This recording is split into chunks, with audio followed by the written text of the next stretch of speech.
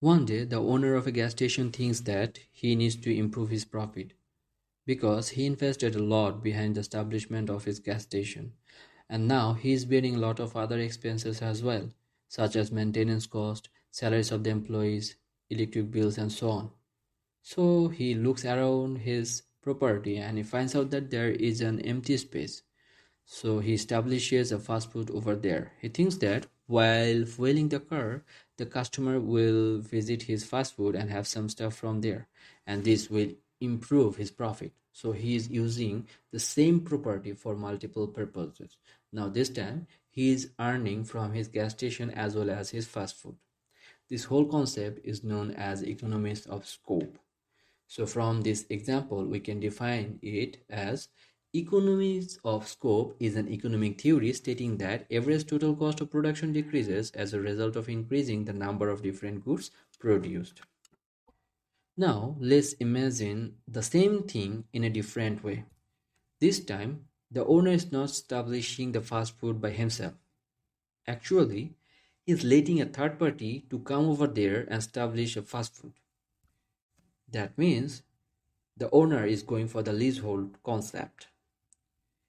He is transferring the possession but not the ownership of his property to a third party for a particular period of time. The third party will run their business in the owner's property until a maturity period.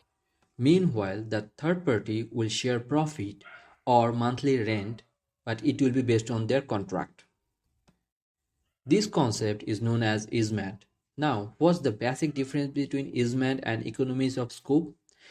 Where in economies of scope, both the establishments are done by the owner himself.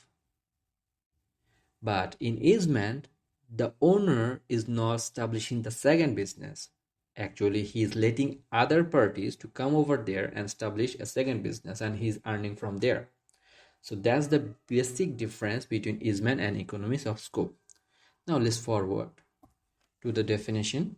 An easement is a property right that gives its holder an interest in land that's owned by someone else.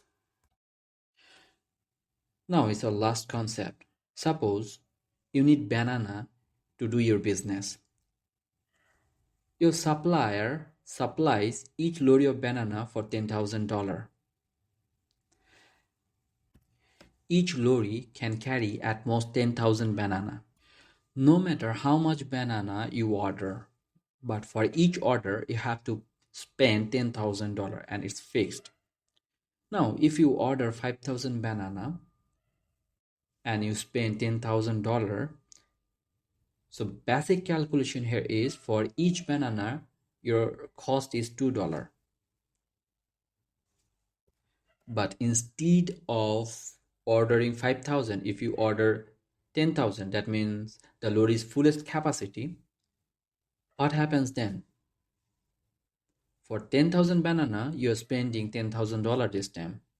So the basic math says that for one banana, you're spending $1. So when you increase your product, see your per unit cost decreases.